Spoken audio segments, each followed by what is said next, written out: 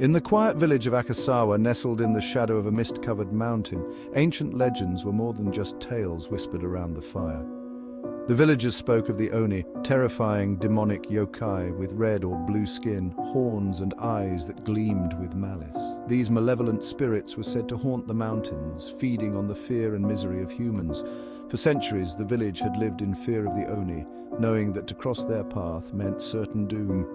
Generations had passed since anyone had last seen an ONI, but their presence lingered like a curse.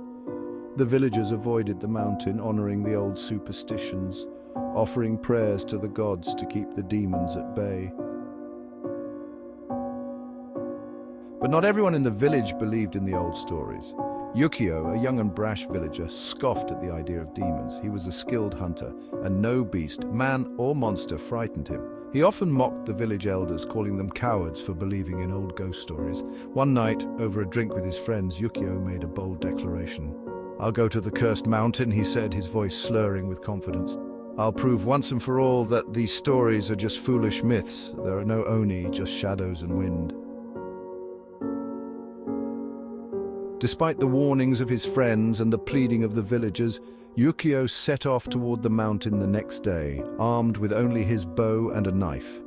The path to the mountain was steep and treacherous, but Yukio was determined to prove everyone wrong. As he climbed higher, the air grew colder, the forest darker, and the once familiar sounds of birds and insects faded into an eerie silence. Hours passed, and the sun began to set. The mist thickened, wrapping around the trees like a shroud. Yukio pressed on, his breath visible in the frigid air. He felt a strange sense of unease creeping over him, but he pushed it aside. "It's just the cold," he told himself. "There's nothing to fear." Then, as the last rays of sunlight disappeared behind the mountains, Yukio heard it, a low, guttural growl that echoed through the trees. He froze, his heart pounding in his chest. The air felt heavy, as if the very forest was holding its breath.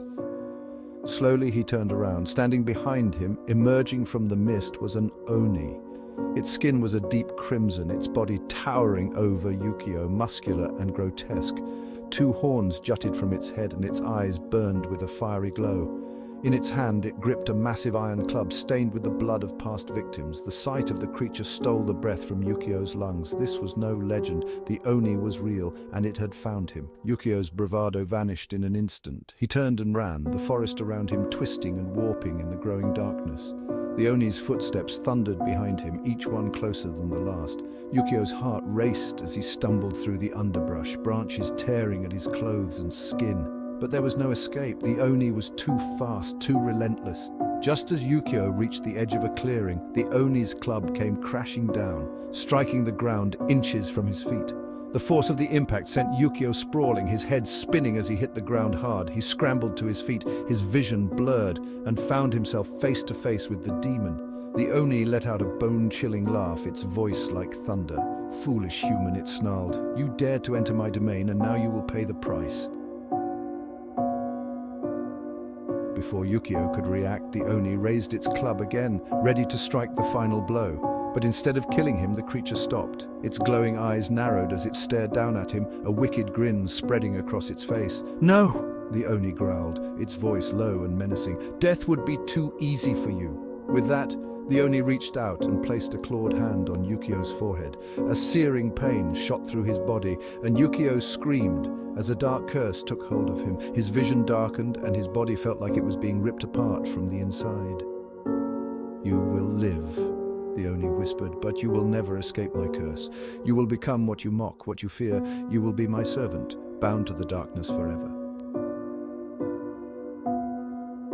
When Yukio awoke, he was alone in the forest. The ONI was gone, but the curse remained. His body had changed, his skin pale, his eyes glowing with an unnatural light. He could feel the darkness inside him, consuming him. The village would no longer recognize him. He was no longer human. Over the following years, strange disappearances plagued the village of Akasawa. Hunters, travelers, even entire families vanished without a trace. Some claimed to have seen a pale figure wandering the forest at night, its eyes glowing in the mist. The villagers whispered that the ONI had returned, its wrath more terrifying than ever. They were wrong. It wasn't the Oni hunting them, it was Yukio, cursed to be the Oni's servant, bound to carry out the demon's will for eternity, doomed to stalk the shadows, lost in the darkness, and consumed by the curse of the Oni.